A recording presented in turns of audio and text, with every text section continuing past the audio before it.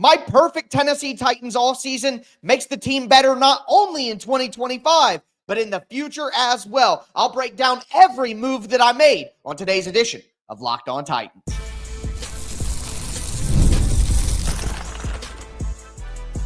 You are Locked On Titans, your daily Tennessee Titans podcast, part of the Locked On Podcast Network, your team every day. Welcome to the Locked On Titans podcast. I am your host, Tyler Rowland. Titans fans, today's edition of the Locked On Titans podcast is brought to you by FanDuel. New customers can bet just $5, and if you win, you'll score $200 in bonus bets. Download the app or head to FanDuel.com to get started. It is day 5, the last day of off-season road map week. We started by cleaning our own house and looking at the Titans' in-house free agents. Then we looked at cap cuts, trade possibilities, and contract management. Then we did a mock free agency, followed by a 7-round mock draft, and now I have 57 players on the Tennessee Titans 2025 roster. I'm going to go through the entire roster that I've assembled, and then at the end of the show, tell you exactly how many games I think this team could win and why I think they're so set up for future success. Before we get into all of it, I do want to thank you for making the Locked On Titans podcast your first listen each and every day, Monday through Friday. Tennessee Titans content all year round, always for free. You're not going to beat that anywhere else. Make sure that you get subscribed, stay subscribed. It's your team every day here on the Locked On Titans podcast. Speaking of every day, shout out to my everydayers out there. Tune in Monday through Friday. If you aren't an everydayer, you need to be one because got a mock draft Monday coming up right around the corner. Can't wait to dive into free agency, the draft, and all the breaking news that happens this time of year. But on my mock free agency episode on Wednesday, and if you missed any of these episodes, you can go back, listen to those. They're evergreen content. But the big splash, obviously, that caught everybody's attention was that I got Derek Carr at quarterback. And at the end of the day, I get that there is limited upside with Derek Carr at quarterback. What people aren't understanding here, when I am putting together this Tennessee Titans roster, I am not trying to make the Titans a Super Bowl contender this year. I'm not trying to fix everything overnight. The Tennessee Titans, from their statements, when Mike Borgonzi was hired, when Chad Brinker spoke with the media, all of their statements intimated that they are going to take their time to build this, that there's going to be a level of patience. They need to turn this roster around. There are a lot of problems to fix. So what I wanted to do, what my goal was, is just make the Titans incrementally better. I'm not going to go from terrible to great overnight. I'm trying to make the Titans incrementally better with the moves that we make and set them up to have future success. And Derek Carr on a 2-year contract gives the Titans the ability to have a veteran quarterback who is an average quarterback. What really bothers me is the inability for there to be a middle ground. Today, you talk to people online. I look in my comments. I look on Twitter, and it's he's elite or he's trash. He's great or he's a bum. There is nowhere in between. And the response I got to saying the Titans would be smart to grab Derek Carr as their bridge quarterback was that Derek Carr is garbage. You guys are just out of your minds. You like, if that's your reaction to Derek Carr is that he's garbage and he's terrible, you're just truly out of your mind. Every single possible statistic, every single possible viewing of the Saints as a football team, whether it be film or the TV copies, or Derek Carr is an average quarterback. He's anywhere from 14 to 22. He's just an average quarterback. He's not great. He's not terrible. So let's just have a dose of reality. Having Derek Carr as the Titans quarterback in 2025 would be a massive upgrade over Mason Rudolph and Will Levis, who are both backup level quarterbacks. Derek Carr isn't a great quarterback. He's not good. I wouldn't even call him top 12. He's just an average, solid starting quarterback in the NFL, and the Titans would love to have that. And Brian Callahan would love to have that while he's trying to save his job. So I got Derek Carr starting quarterback. Mac Jones is the backup as a young developmental option for cheap. We're not paying a bunch of money into the future. I'm not giving Derek Carr some huge contract. I'm paying him 2 years, $20 million a year for a $40 million deal. He's a bridge quarterback for the Titans. And even if you want the Titans to go sign or go draft a rookie quarterback, a veteran bridge quarterback is going to be what this team does. So you better pick Do you want Derek Carr or do you want Kirk Cousins? Do you want to pay Sam Darnold $40 million a year for 3 more seasons? I don't. Derek Carr is easily the best option. I would like Aaron Rodgers, but I talked about it. Look at Aaron Rodgers' cap situation. He's not going to get released by the Jets. So the realistic best option that financially makes the most sense is Derek Carr, and that's whether the Titans draft a quarterback or not. In my scenario, they don't. But, just strap in. That kind of quarterback is something the Titans are going to go get.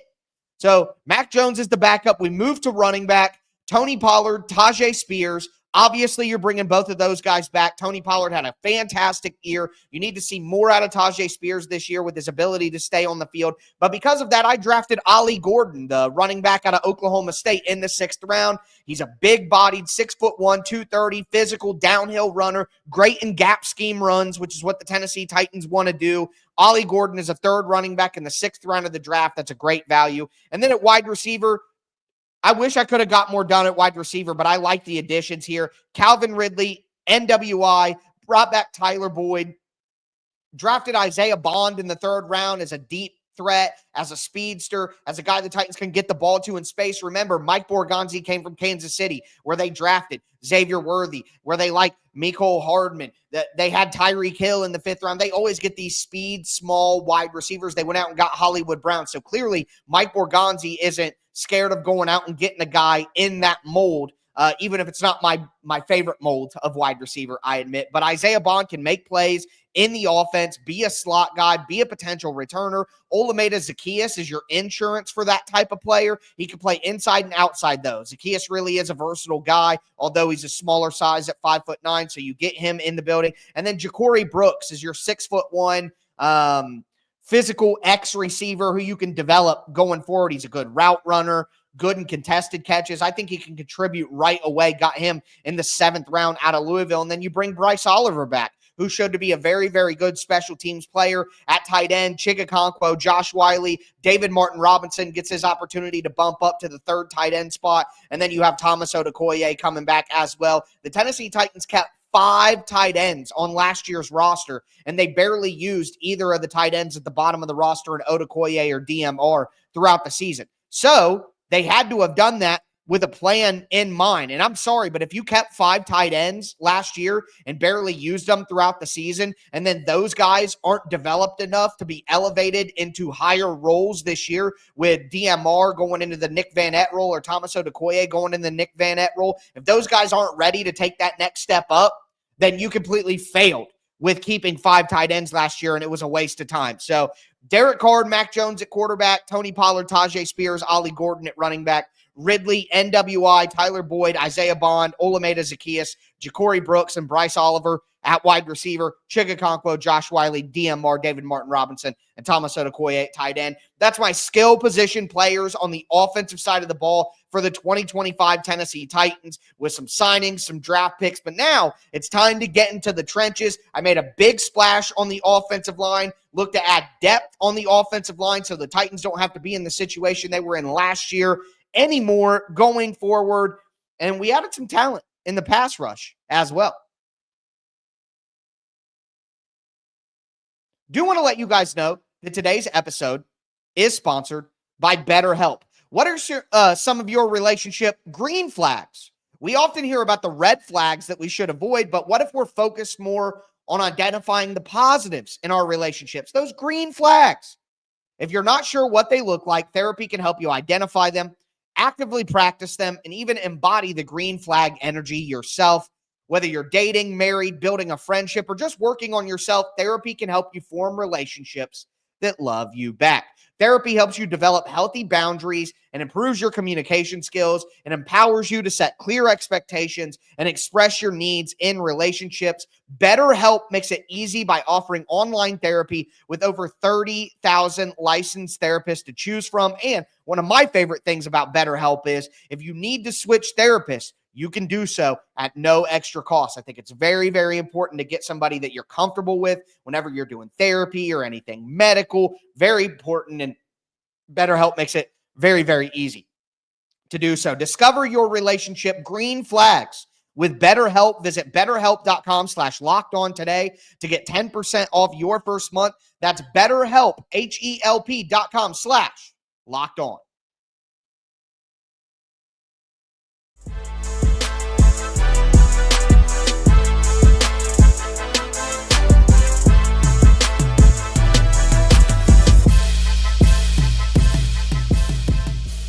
Titans fans, let's continue today's edition of the Locked On Titans podcast. It's my off-season roadmap recap. I went through every single step of the offseason this week, and this is what I finally came out with. Let me know how many games you think this Tennessee Titans roster would win next year.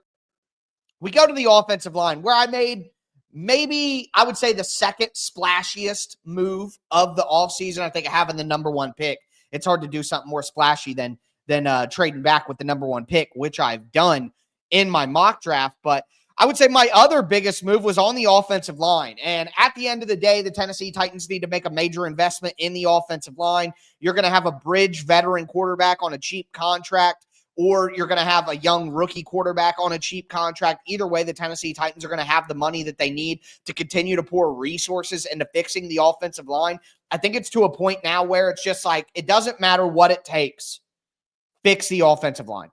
Whatever it takes. Like, I don't care if it makes this spot bad. I don't care if it makes that spot bad. Like, we got to see what this team looks like with a good offensive line, because it has been a destructor of the team for far too long. So on the offensive line, I made a big splash at right guard with Trey Smith from the Kansas City Chiefs, Tennessee Evolve, Tennessee kid, bring him back. He's probably won a three-peat at this point.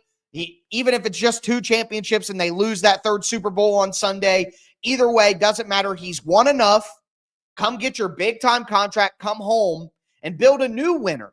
You were part of a huge winning dynasty in Kansas City. Now bring your experience and your skill set, come back home, get paid handsomely, be with your family back in your home state with no state taxes, and help build the Tennessee Titans, the hometown NFL team, help build them up into a playoff contender that you already came from. The Mike Borgonzi connection, he obviously knows him very well, knows his representation as well. Sure, that should grease the skids for the conversation about the contract. I gave Trey Smith a 4-year, $82 million contract from the Tennessee Titans. He can be right guard. And then I added Jedrick Wills in free agency. And I added Ariante Ursery in the 2nd round of the NFL draft, the talented offensive tackle with his technique and his athleticism out of Minnesota. So now you have J.C. Latham at left tackle. You have Peter Skoronski at left guard. You have Daniel Brunskill backing him up at left guard and can back up at right guard too. You have Lloyd Cushenberry at center. I drafted Clay Webb, the former 5-star recruit out of Jacksonville State, in the 6th round or in the 7th round. He's a backup center and backup guard on the interior. I brought Andrew Rupcich back on the offensive line as well as a exclusive rights free agent. Trey Smith, obviously, at right guard. Jedrick Wills and Ariante Ursery can battle. I only paid Jedrick Wills $2 million. So him and Ariante Ursery can battle it out for the right tackle position.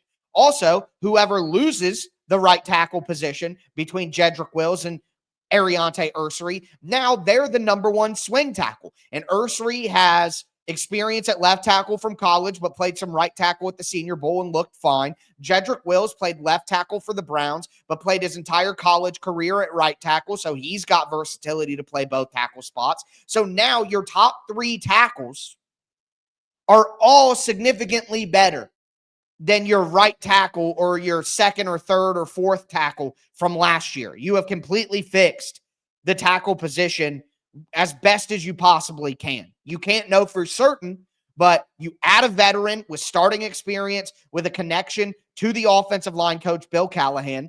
You bring in a top pick. Again, I could have used my 2nd round pick on a better wide receiver and made wide receiver better, but I chose to build through the trenches and fix offensive line. That is the decision that I made with my 2nd round pick. I said I could take a wide receiver, could take Savion Williams out of TCU, but I said no.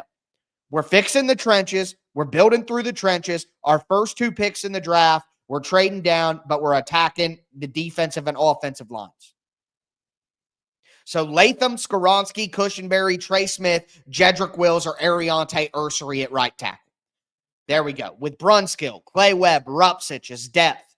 Love that for the Titans offensive line. We move to the defensive line, though, where obviously I made a big splash as well. The splashiest move of the entire offseason is trading down from number 1 to number 3, getting a 2026 first-round pick next year from the Giants, and still drafting Abdul Carter, the top player in the draft, in my opinion, and the edge rusher. And quite frankly, Abdul Carter is the consensus number one player in the NFL draft. Some of you guys responded to me saying he's the best player in the draft, acting like I was crazy and it was a hot take, when the consensus opinion is that Abdul Carter is the number one player in the draft. So it's not like I'm saying,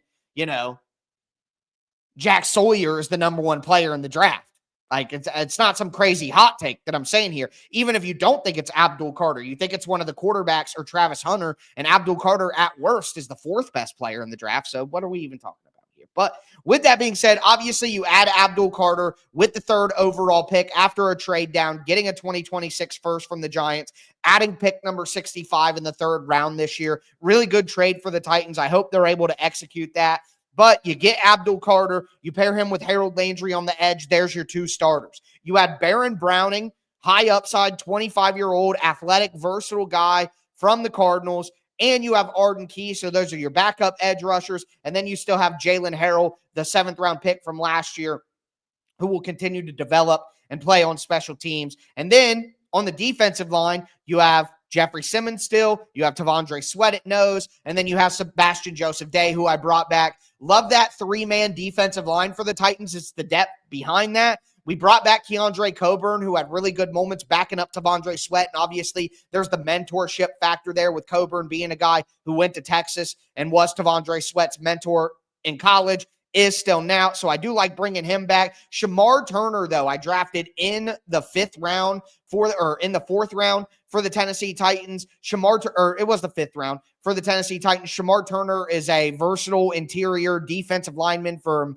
Texas A&M. He is a bit of a tweener. He's not quite big enough to be a three technique, but he's not quite athletic enough to play on the defensive end in like a 4-3, but I can use that versatility, and I can use his explosion, and I can use his pass rush ability and his penetration ability. Having a guy like that who can be a 5 technique in your 3-4 defense, or he could play on the inside or the outside and rush packages on third down. That's going to be his role early on. When Tavondre Sweat is tired and you need a very good interior penetrator for pass rush, you bring in Shamar Turner. You let him go next to Jeffrey Simmons with Carter and Landry. You can rotate Arden Key into that spot. It would give the Titans a much more dynamic pass rush group with Simmons, Sweat, SJD, Shamar Turner, and then Landry, Carter, Key, and Browning. That's 8 guys in a rotation that you can put combinations of them together. And I think if you're going to be a team without elite quarterback play, then you have to be a team that has a fantastic pass rush,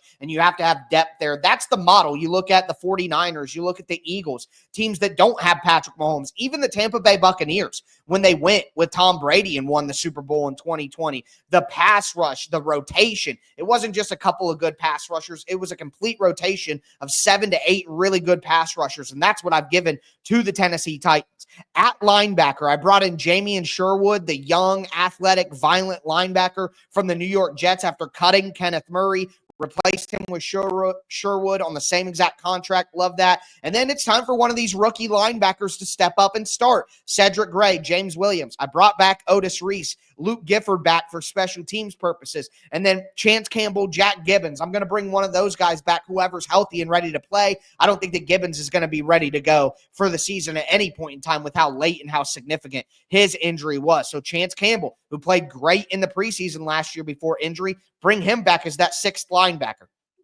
That's what I've done on the front 7 of the defense and on the offensive line. Very excited about the trenches. And with Mike Borgonzi saying that he wanted to build through the trenches and start there and then build the perimeter after that, obviously they're not going to draft all D-line and all offensive line in the draft. They're going to mix in some perimeter players, but you really want to focus your resources. And with Trey Smith, Abdul Carter, Shamar Turner, Jedrick Wills, Ariante Ursery, Clay Webb, I've really devoted a lot of resources to the trenches. So I felt like I stuck true to what the Tennessee Titans vision and focus is going to be this year, while also making sure that we made improvements. But with that being said, we're going to hit the special teams, the defensive backfield, and I'm going to tell you how many games I think this team wins.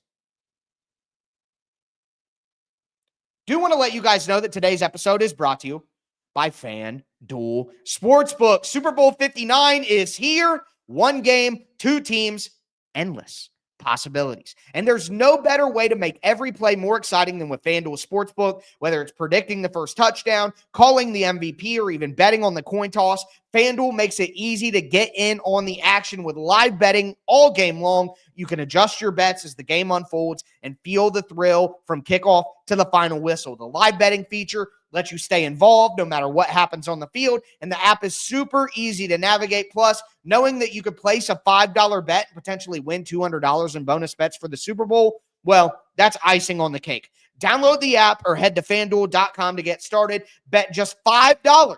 And if you win, you'll score $200 in bonus bets. That's FanDuel.com. Bet with FanDuel, official partner of Super Bowl 59. Today's episode is also brought to you by PrizePicks. The big game is almost here, and there's no better way to make it even more exciting than with PrizePicks, the best place for daily fantasy sports. With over 10 million members and billions in winnings awarded, PrizePicks makes it fun and simple to get in on the action. Here's how it works. You pick more or less on at least 2 player projections, and if you're right, you can win up to 1,000 times your cash. PrizePicks even has a free pick for big games where Patrick Mahomes only needs to throw for 1 yard to win. You pair that with one more correct pick and you're cashing out. For me, I'm going to go more on Travis Kelce receiving yards. I also like more on Devontae Smith receiving yards. Pair that with Patrick Mahomes only needing to throw for 1 yard, and I'm in a great spot. And you can get cash in your account in as little as 15 minutes when you win. Download the PrizePicks app today. Use the code LOCKEDONNFL to get $50 instantly after you play your first $5 lineup. That's code LOCKEDONNFL for $50 instantly after you play your first $5 lineup. It's PrizePicks. Run your game.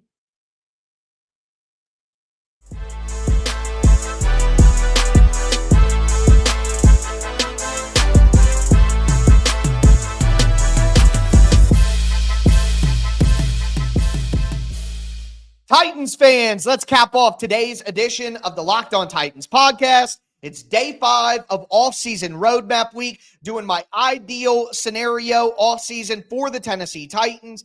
We have gone through what the roster looks like after all my moves: quarterback, running back, skill positions, offensive line, defensive line, edge, and linebacker. Now I want to talk about the secondary. There weren't quite as many additions in the secondary and on special teams as we got in all the other spots. Quite frankly, I stayed pretty firm in the secondary. But at the end of the day, I think the Titans have a lot of secondary talent. They just needed them to stay healthy. Now, before I get into the final parts of the roster and how many games I think they win, do want to thank you again for making Locked On Titans your first listen each and every day. Been getting a ton of support recently. Won some awards. Got some shout outs on some big platforms. Things have been going really, really great for the show, and I can't tell you all how much I am thankful for all of you, but I'm going to be talking about that later or at the beginning of next week. But with that being said, Snead, Cheeto, Roger McCreary, Jarvis Brownlee Jr., brought back Darrell Baker, brought back Justin Hardy, of course, for special teams at cornerback. At safety, Amani Hooker, Quandre Diggs, and in the 3rd round, I drafted Nick Amanwari, the safety out of South Carolina, who I think can be used like a Jamal Adams or like a Derwin James or like a Kyle Hamilton, who Denard Wilson had in Baltimore in 2023. So I love the fit of Nick Amanwari as a box safety for the Titans, who can be that dime linebacker and, again, be used like a Kyle Hamilton or a Derwin James. I really like that potential. A lot of people don't think that Amanwari will drop that far, but hey, I guess we never really know where guys are going to go in the draft at the end of the day. Brought Mike Brown back as well. I'd be okay if they didn't, but, I'm a Mike Brown guy, so I decided to bring him back. At special teams, Nick Folk, Ryan Stonehouse, Morgan Cox, brought them all back. We're going to keep them around for as long as they want to be. With all of that, again, I upgraded the quarterback position with Derek Carr for Mason Rudolph and Will Levis. I know a lot of people don't like Derek Carr, but I think you're really underselling who he is as a player. I don't think he's great. I don't think he's awesome. He's just an average starting quarterback. But we all sat here last year and said, if the Titans just had average starting quarterback play last year, they probably would have won 5 or 6 games. They would have been a lot better with average quarterback play. It could have changed the whole season. Brian Callahan even said himself that those first 2 games of the year where the Titans lose to the Bears and lose to the Jets after being in great positions to beat them both, it just ruined their season and set them on a bad course. But if they just had, if Derek Carr was the quarterback for the Jets in the Bears game, the Titans win. So, like, if Derek Carr is the quarterback for the game against the Colts in week 6, the Titans win. So the Titans would have been like 4-1 if Derek Carr would have been their quarterback at the beginning of last year. So did that. Fix the offensive line with Jedrick Wills, Trey Smith, Ariante Ursery, not only for the now, but also for the later. Gave good depth. Totally remodeled the pass rush, adding Baron Browning and Abdul Carter and Shamar Turner into the mix. Obviously, we're still a little weak at linebacker. Will Quandre Diggs and Amani Hooker be able to stay healthy? We're still a little weak at safety. Obviously, you're going to wait for Ariante Ursery, and you want him to pan out right away, but it may take a year for him to be the true starting right tackle for the team. Tight end, we don't have a big-time tight end. It's still a bunch of smaller role players.